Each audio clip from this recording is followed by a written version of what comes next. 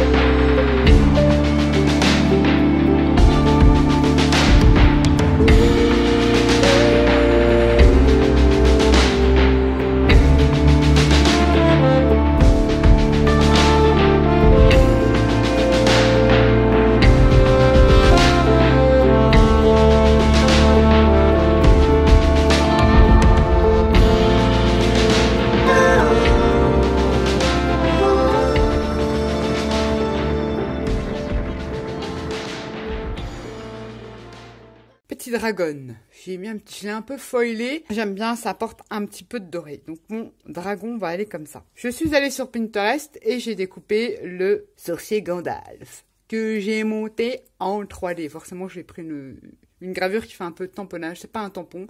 C'est tout simplement une image que j'ai prise de sur Pinterest. Il sera donc en 3D. Le dragon, j'ai pas envie de le foutre en 3D en fait. Je ne sais pas. Donc je teste comme ça. Moi, quand je sais pas, je prends la petite cartonnette et je le mets au dos de mon dragon. Bon, c'est vraiment, je dois le mettre en 3D. Non, il faut vraiment qu'il soit plus loin. Il faut qu'il soit collé. Ensuite, donc j'ai pas trop réfléchi à ce que je voulais mettre de plus dessus. Je vais enlever ça déjà.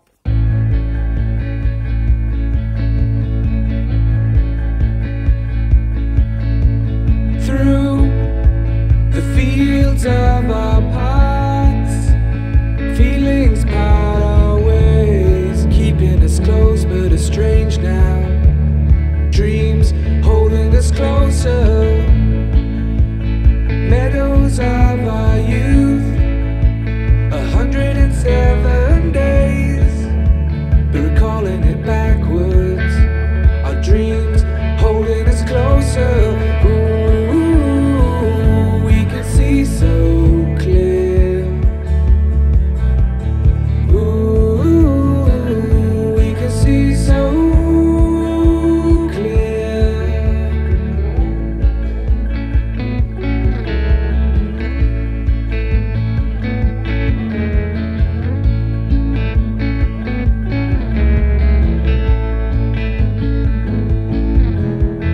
Blue, and you are shades of gray. Living day to day, even when we're free. It's true, the difference is the same. The colors always change, but the song is the same now. In June, lifting us higher. Ooh, we can see so clear.